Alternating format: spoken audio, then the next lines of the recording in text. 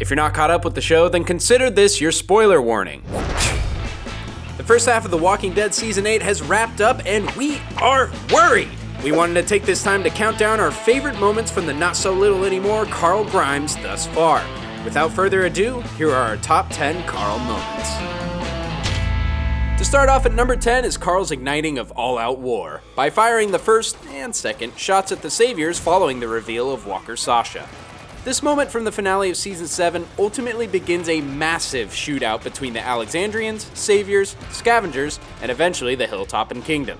At this point in Carl's life, he's seen some shit, and his journey is what made him the grizzled, no-mercy Carl that has shown a hell of a lot of initiative in getting back at the Saviors. Not only was this an extremely ballsy move, but we also think it's what Sasha would have wanted.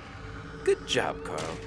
Ringing in at number 9 is Carl's selfless act, almost, while being lined up during our intro to Negan and the Saviors in the premiere of Season 7. At this point in the scene, everyone watching is a mess. Abraham got smashed, then Glenn goes ahead and gets smashed too, and now Negan decides to test Rick by demanding that he lop off his own son's arm. Right here. However, Carl does not back down. He accepts his fate and tells his father that it's okay. If this is what it takes to ensure the safety of the group, then Carl is down. While Negan stops Rick before he brings down the hatchet, this is a true act of heroism that will be remembered. Number 8 throws us all the way back to Season 3, Episode 16, when our heroes still lived in a prison and a maniacal eye-patch-clad governor was still alive. That's right. And was still a dick. When Woodbury soldier Jodie runs into Carl and the Hirschman in the woods, Carl immediately draws his gun and Jodie surrenders. Just as Jodie is handing over his weapon, Carl makes a cold-blooded decision to put him down. While this probably did shock Carl in the moment, Herschel was left visibly horrified at what just transpired. This is definitely a turning point for young Carl at the time, as he's been weathered by the terrifying events and trauma from the previous 2 seasons, and is now realizing how cold and harsh this new world is. Number 7. Let's take a step back from the cold, calculated Carl and move into happy, relieved Carl territory.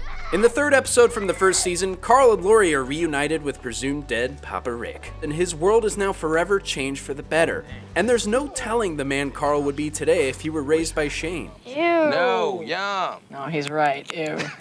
Number 6 takes us to the mid-season premiere of the 4th season. This is following the events of the destruction of the prison and the governor, when everyone is scattered and Carl is left to look after Rick and vice versa. And now we have some intimate time for the two to bond. Wake up! But that's not exactly the moment we're talking about here.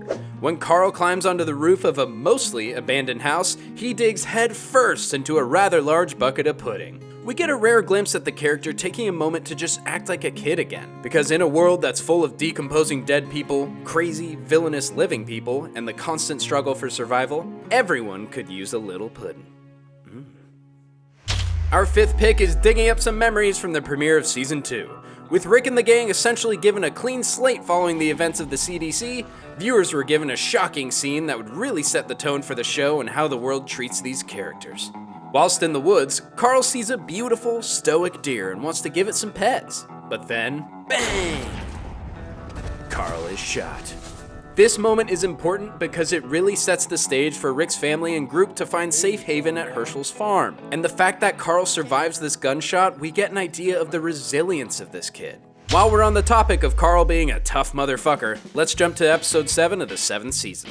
Carl has had it up to here with Negan and the Saviors bossing around the group and killing his friends, so he decided it was time to do something about it. He sneaks onto a Savior truck, coerces Jesus into leaving, and goes Sylvester Stallone all over some Savior ass. Take back! While he only really nailed 2 of them, this was definitely enough to catch Negan's eye, who then decides to have a fucking field day with Carl by making him reveal his eye hole, forcing him to sing, and displaying his ironing skills. All before sending Carl back to Alexandria, safe and sound. In the 9th episode of the 6th season, we see Alexandria being overrun by walkers, and our crew is attempting to escape in their very stylish ponchos. When Jesse's son Sam decides this is all too much for him, he freaks out and ultimately gets himself and his mother eaten. Jesse's other son, Ron, blames Rick for the death of his family and is ready to pull the trigger, until Michonne puts an end to that shit.